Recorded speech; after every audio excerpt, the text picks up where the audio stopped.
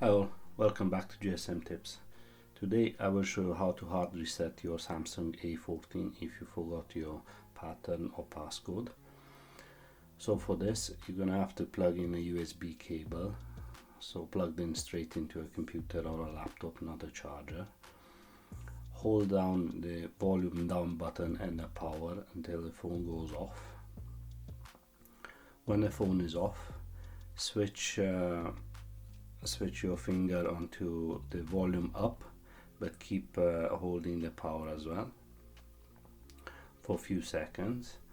When you see the Samsung logo, release the power button, but keep holding the volume up. Now here I released it too soon, but I pressed it back quickly, so it worked. But usually keep it for a couple of seconds longer, then release it, and at this point it takes you to recovery mode. So from here, using the volume keys, just select wipe data factory reset, confirm with the power button. Once again,